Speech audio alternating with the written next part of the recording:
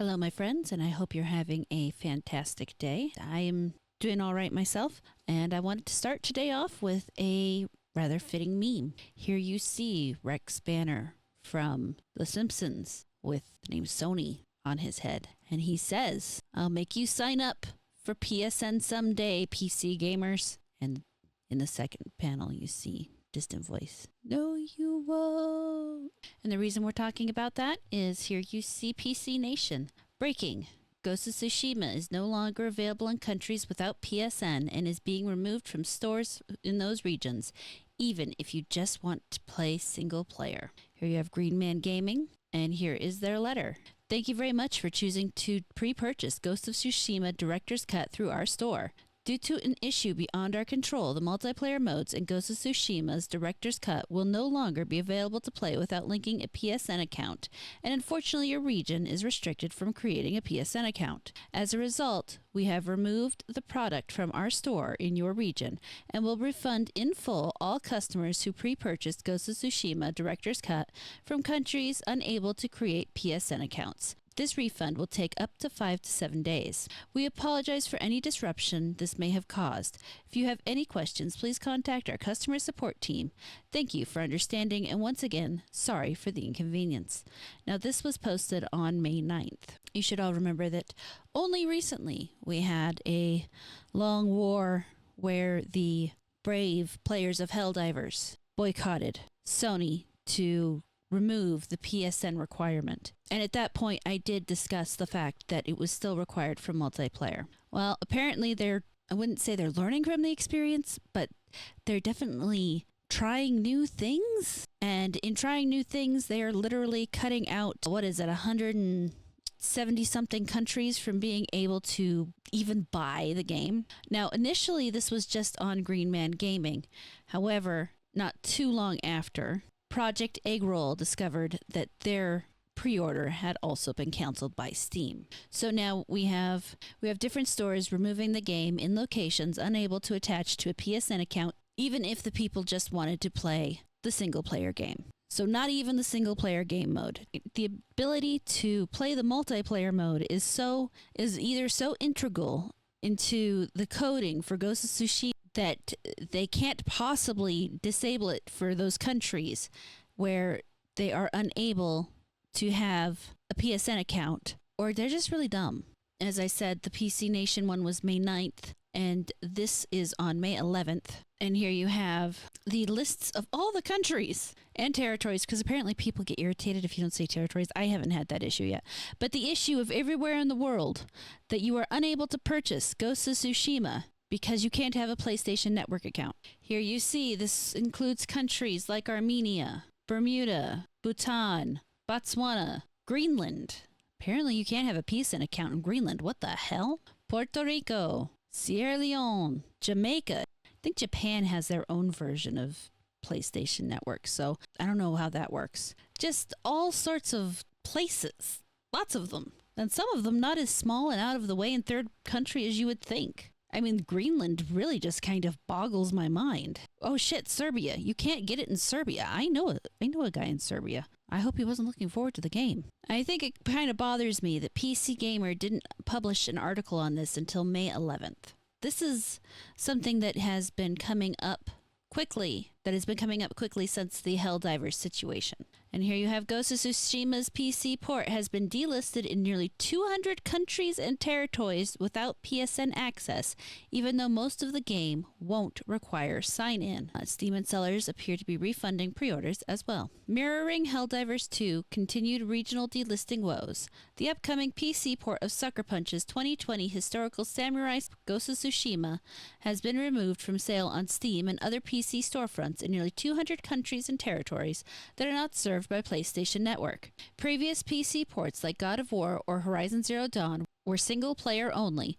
and did not require signing into Sony's proprietary online service to play. 2's initial server woes. After a delayed rollout due to Helldivers II's initial server woes, an attempt by the publisher to institute a mandatory sign-in requirement was met with a massive backlash, leading the company to stand down. One aspect of the situation Sony did not seem to anticipate was that Steam, and thus Helldivers II on PC, were available in more countries than PSN, with players in non-PSN supported regions potentially getting locked out of the game they had paid for and had been playing. Even after Sony reversed its decision, Helldivers 2 has remained unavailable for purchase in those areas.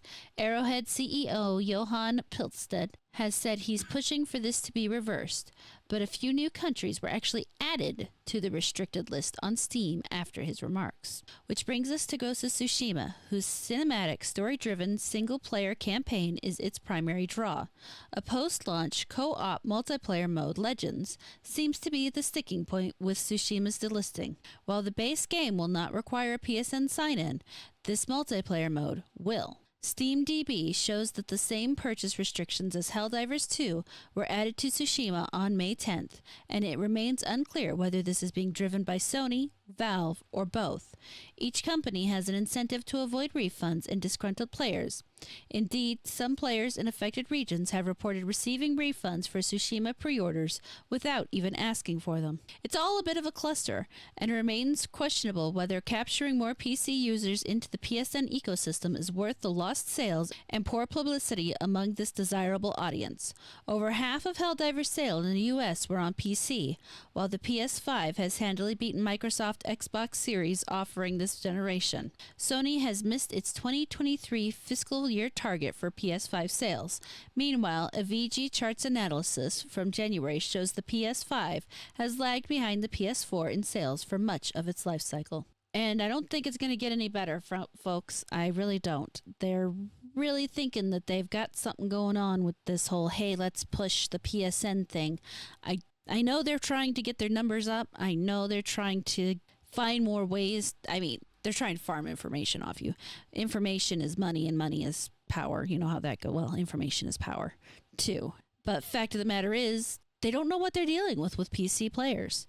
And I do not recommend, as much as I loved Ghost of Tsushima, and I was actually going to buy it when it came to PC just because I enjoy playing on PC more, I'm not going to now. And I'm definitely not going to, considering that Helldivers 2, as was stated in the article, is still unavailable in all those countries. Even without the PSN requirement, it's still unavailable. So while looking for a tweet I thought I saw recently, I have come across this one by Singularity One, where he says, "It's a lot more than this counts. Sony knowingly sold games in 180 markets that they knew they were going to pull support from.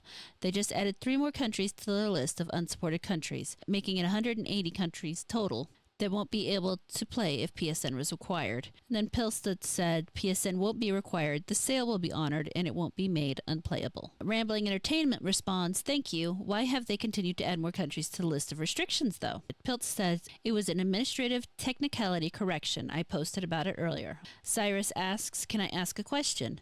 Whose decision is it to make the game available to buy in non-PSN countries or not? Is that Steam or Sony? I feel like the evil eye is just cast haphazardly. It'd be nice to know who does what. I can understand why Steam would act conservatively." And then you have a picture from a Lynetta, and she says, "Steam has said that it's the publisher as decided by the publisher, and this does appear to be a Steam support ticket. This does appear to be a Steam support ticket from May 11th, and it says here, 'I apologize for the delay in our response, and I understand your eagerness to resolve the issue. However, following Sony's recent announcement, PSN account linkage is no longer required for Helldivers 2. Also, it also looks like this game is not available in Steam right now for specific reasons, as decided by the publisher. This information is all we have right now, and we can't tell when the game might be available in those countries.